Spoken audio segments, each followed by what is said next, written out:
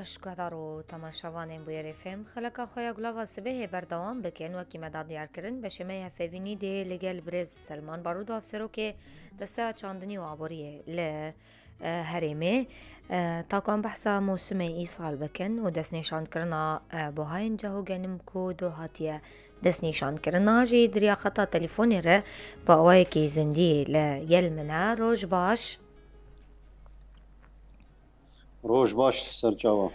سپاس بو ویدر فتی دست بکی برز سلمان ام لسر بریارا دست نیشان کرنا بو هاین جهو گنم لهرم باخفن بچقی سیاتیه دیار کرن بريش خوا وك تبدو زانن دما موسم دي ام اگهيات دن رهبريه خوي زراعتي كوميديا خوي زراعتي بو قاربن جوينا تشيكن درباري روشا موسم دي اب جويني وانجي بيتر زراعي حاضر كوميديا مي زراعتي حاضر بن كومبانيا ما كرينا برهمين زراعتي شركه المجتمع الزراعي ويكتيا جودكارا ابي بيتر جريداي بزراعتي اوانا حاضر بن وقارب النرين يخوا وك بيشنياري خوا سعرا مناسب شوايه تكليفات دونمكي تشقسيه يعني نقول رحنيا فيد فان دراساتي هاني او جي كارن بيشنياري خوش مريكن اف كوم جيفين اف جيفين انا تشيبون سر استا باكورات سوريا تفجر اذا بريه مي زراعه تمام جيفين تشيبون اف جيفين انا جي ماغو نجمر بيشتي خلاص مو جمر يكرن اب دراسات يخ ام وك دستا ابوري ما روجك عيار كر دو نوزدي مها بينجا وامرونين ام كاربن اللي بقركي جوان نرين يوان فان دراسي گوجمر شاندنه بيشنياري گوجمر شاندنه ما وك دسته آبوری ما حاضریا في حاضر بونا في جوینه ده دسته می ریوبریا مجلس تنفیزی او حاضر بو ریوبریا کمپانیا می کرنو فروتنا جنم شركه المجتمع الزراعي يعني ومنسقيه اتحاد فلاحين يكتيا جودكارا او جيت حاضر بو بشتي لي بقرك براستي جوان برهمي جوان آگاهی هاتن جمر نرين پیشنیاری هاتن جمر جرفي بريمه وقت نقاش اجي گوسر چيبو ام جان اتفاقكي و ام سعرا جنم ايصال بين حزار وصدو بينجي و جهجي ام بكن مكر حيصد وبينجي الجبينا دوهده ام جان في بريارهان بله شرطو مرجن و باور گرتنا برهمين جاهو جنم جوت كاران ويچبن وك شوا هاتي ناس كرن سعراوينا لي مجي آگاهی دان حمه خلقي نافن ديما تفكرين جبو قرتنا فا حرد برهماشي چه جنم به چه جهبه لي تفدزان يعني بار جنم هات عيال كرن بحفظ سنتا يعني انا مقارنه بك بار وايصال يصال 35 سنت وهناك يعني نيف كاري بيجي يعني دوبلي بارتشيبو جبر التكاليف وروشك جيب راستي اورتي بشي بجي جاري يعني مكارم بيجين جاي استا صفر تشتك تني بجي جو بكيما بيتر افي مدسي خداني سر افي مكاريبو وقت بري بينج اف هاتن دانجي افي رمى ايصال افي دزي ذكرن جبو مكاربن وقت ابر همايا خط بيتري جنم ماداك براستي روجانيه بجيانا خلقي ما بيداي وماداك استراتيجيه ام دكرنج بوي بتوفي وجبوي ارد خلقي مره ينجبو تجارتي نب شعبي تجارتي ام ديدنر باش كميه كهونه بكرنج جهو جنم وش قاصد لش دسني شانكر يعني براستي اما وك ما قوتيجي دبريارا خدي تشتي هي وبيج مره ام بنا قرين ام تبي تكرن يعني برهمي باكور جات سوريا تشي بيج مره ام تبي حسابي خكري وام بكرن لي وك لازم يا ما براستي يعني دور نكيني 400 بينجي حزار طن ابا لازم يا ما وام بكرن ام قاربا طوبي صالكي واردي صالكي جي هلين باش موسم ایسال پر کم من بیجن جبر نباری نبارانی هن چه ده زرن کو هن تشتاکی پیشکشی جودکاران بکن دوی آلی ده و تشتاکیریه یان چا وک بله وک آگاهی مجی براسی جودکاری مر تب دزانن يعني اما ام بيجن اف ماده هاني تشي بيتر جنم براسی ممكن قوت ماده استراتيجيه وحتى متم ام حاجتي وينه امشي وقتي ام في مادي ام بدن جودكاري ام بشتي وك درمان كرناوي به غالوي به اقتصادي بسعركي مدعوم سعركي يعني ارزان وام ذكرن ام بدن جودكاري وهنا بس وحتى مازوطه افي جي هون تبدزان يعني رمزيه ديكي جودكارا مازوط وانا كانت وقتي موسم دنش خو مكاري خكر يجبوي جروبي مي طوارئ تشي اطفائي بن تشي عسكري بن جو حراستي بكي جيش براستي وقت بيجي مصروف وام دخوازن اف برهمي هاني و تزرار نجي ولو جي تشري سركه ام بلاش درمان بكن تشي جارنا جي نخوشين انتين بيتر نخوشيا سونج عالي تركا دهات او نخوش درمانايا جي ام تف بلاش جودكاري خور ام درمان بكن يعني براستي وحدانا مجير لغور امكانياتي ما يمكن بيجن والله بيتري امكانياتي خو امكانياتي قلنا بس ما ام بيت وش برفيجي ام خوازن جودكاري ما وان برهمي بهاني بدمه جبر چما بجيانا ما بگري داي ديساكي ويل ما بقر باشه بنهاتنا باران يرم ببيجن چقاسي زرار قهايا زوين ايصال برش خويا ايصال نهاتنا باراني براستي ما ترسيك فرمزن جم هر كسي تشيكر وبيتري وي جم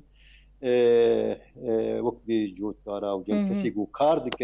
كاردكن سرفي بشي هاني ان بقطاع الزراعي يعني بحضاره كاردكرن فمعي شدكرن في ايصال ابنهاتنا باراني محروم بو تعداك مظن جهه ابوريامه بحضاره هكتارات براستي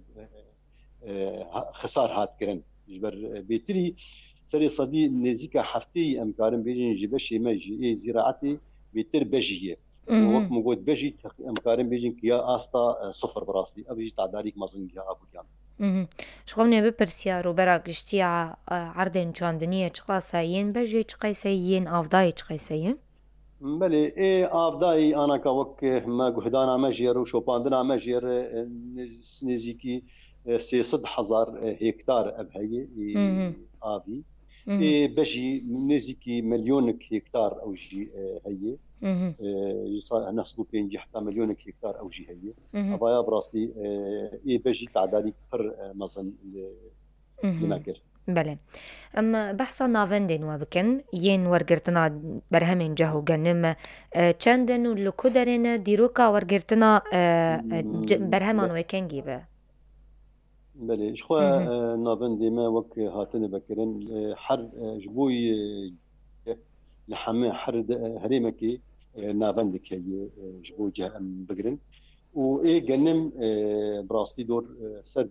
25 نافندا ام جيما بكري سر اصلا بروجات سوري دیروکا ورگرتنا برهمان وكن جيبه بله نشخوا وك ورگرتنا وان برهمي بو بيج مر تشي جنن بتشي جهبه ما وك بريارا خد جي مدا خويا كرن اعتبارا جبيستي مهي يعني جي ايرو ده نافندي ما بكرينه بله بس حطاني تقاسي ام بيجنا او نافند امادنا كوبر همين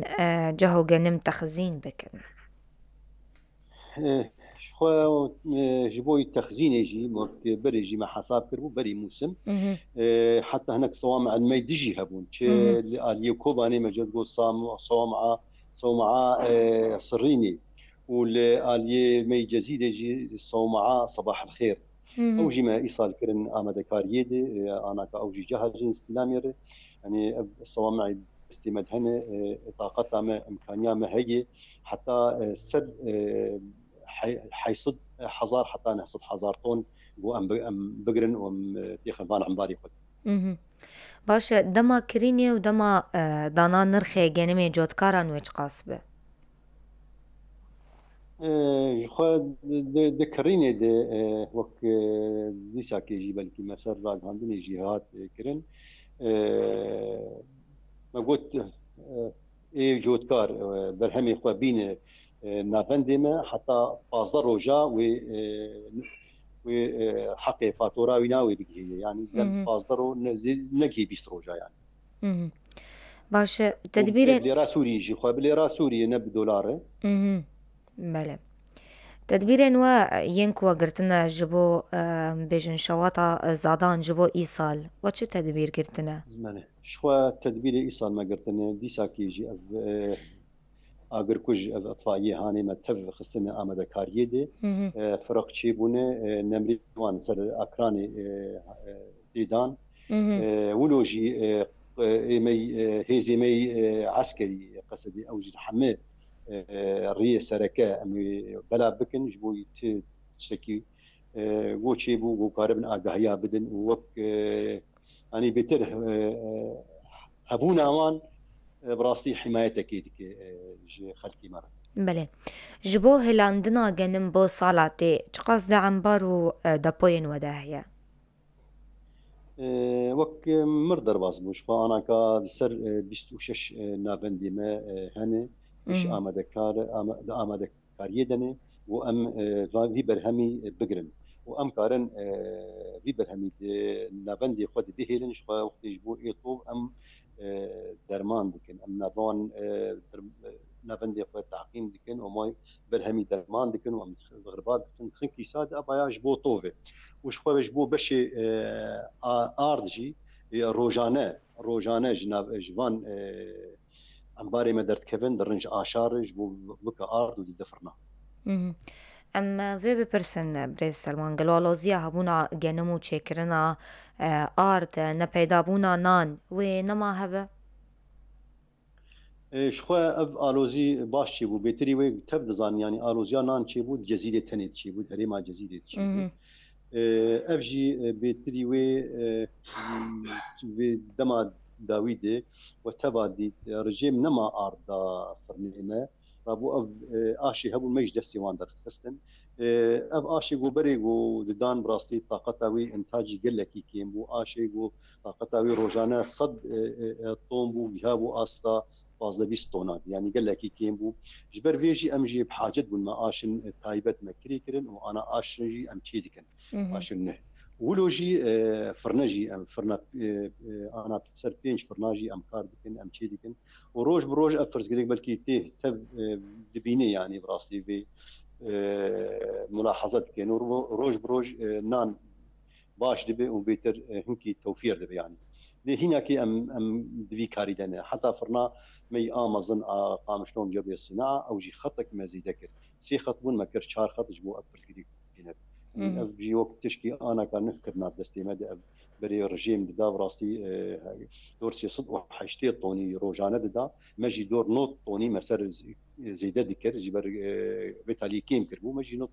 نوت طون ما زيدا مهم. انا كفر محاولة كان انه اكبر كدي هيدي ام جي خلاص باشه داویه ده گلک سپاس بريز سلمان بارودو هفسرو که باش دسته عبوری چاندنی گوتنک داوی هندو خازن داویه ده چه ببیجن داويد ديساكي سباسيا ودكم سباسيا بويردكم اوكي ام ديساكي جيازي دوباره بكم مختي ام دي برهمي ذكرن نبجع بكي تاجر وكرين وفروتني وربحيه بيتري وي ما داك جو ام بحاجتي وين يعني انا كأب وكم قلت اب مخصصاتي جو نكف دستي مد ام مجبورا ام رينا دب بين يعني ام جدرفه بينن مهم. ام هي دارن جو حماه دوتكاري ما حماه مزارعي ما دبي باوريه دبن وان بيجم نرخي ما ايصال جي نرخي قال لك مقبول بو باش بو وقاربا بين النافن ديما وديساكي ام جوان بزريوان وارديوان نانيوان مهم. زور سپاس گهدار و تماشاوانین ما پشتی وینا بر خلق خبر دوام دکن دور نچن